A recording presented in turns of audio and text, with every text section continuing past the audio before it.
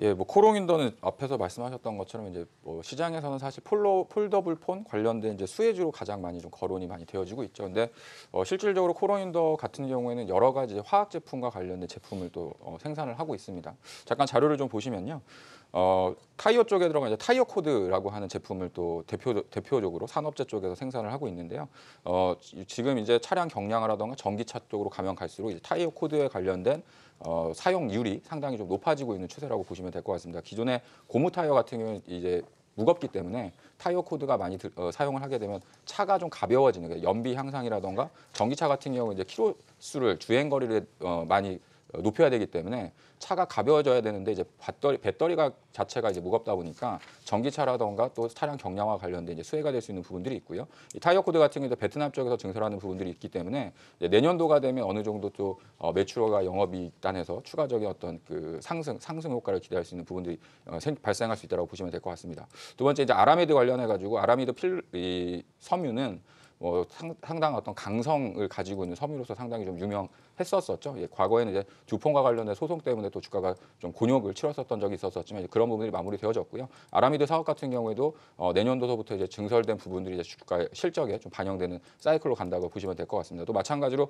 자동차 쪽에 들어가는 에어팩 관련된 부품도 제작을 하고 있기 때문에 지금 현재로 본다라고 한다면 최근에 그 화학 업종이 상대적으로 이제 바닥권에서 좀 주가가 상승을 하려고 하는 모습들을 좀 보여주고 있고 또 자동차 같은 경우에도 최악의 국면을 탈피하고 좀 좋아지는 측면들이 있기 때문에 화학 쪽에서도 자동차와 관련된 매출이 좀 증가하게 된다고 한다면 코롱인더는 좀 수혜가 될 수 있다고 보시면 좋을 것 같습니다. 뭐 이 합성수지 페놀이라든가 이런 쪽도 사업을 하고 있고요. 그다음에 이제 가장 이제 말씀하셨던 이제 필름 쪽에서 이제 CPI 투명 접히는 필름 요 부분을 지금 상용화를 해놓고 있는 상태이고 지금 세계적으로는 그 양산할 수 있는 대량 세세 양산을 할 수 있는 공장을 가진 유일한 업체라고 보시면 될 것 같습니다. 아까 한동훈 대표님 말씀하셨던 것은 삼성에 들어가고 있는 스미토모라던가 뭐 SKC 같은 경우 우리 국내 업체들 중에서는 SKC인데 내년도 하반기에나 이제 공장을 증설을 하게 되고요. 스미토모 같은 경우에는 아직 CPI 필름과 관련된 그 필름 기술이 없는 상태이기 때문에 코팅을 하지만 실질적인 베이스 필름을 이제 대만에서 수입을 해서 이제 코팅을 해서 납품을 하는 걸로 얘기가 지금 나오고 있는 상황이고요.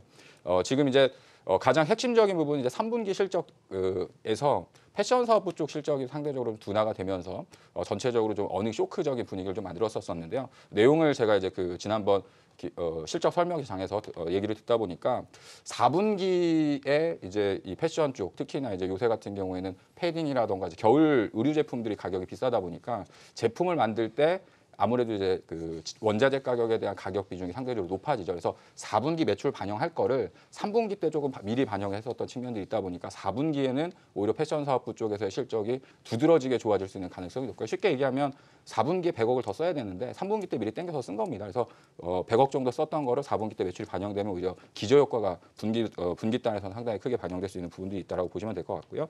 가장 이제 중요한 부분들이죠. 이제 폴더블 관련해 가지고 삼성에서 먼저 발표를 했습니다. 그래서 아직은 뭐 상용화된 제품이 나오고 있지는 않지만 내년도 상반기 정도 수준에서는 상용화된 제품이 출시될 거로 얘기가 나오고 있고요.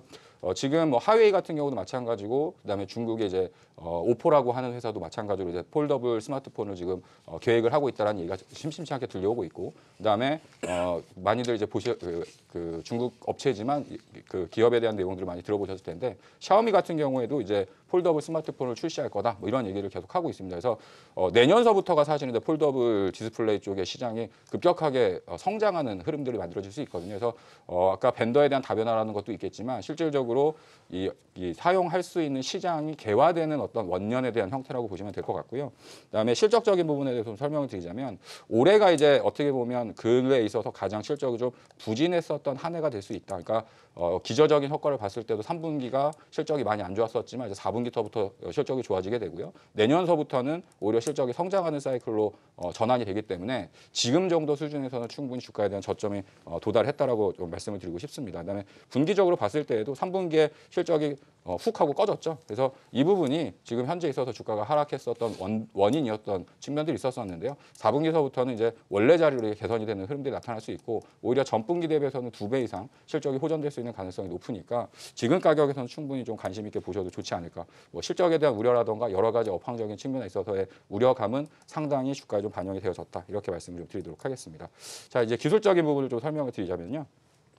주가 많이 내렸죠. 그래서 주가 뭐 지금 뭐 53,600원 정도 수준인데 뭐 매수가를 한 53,000원 정도로 말씀을 드리고 싶고요. 중기적으로는 뭐 매물대가 좀 존재하고 있겠지만 중기적인 목표가는 한 62,000원 정도로 좀 제시를 해드리도록 하겠습니다. 좀 주가가 하락하기 이전에 박스권 상단이었었던 가격 정도까지 62,000원 정도 말씀드리겠고요.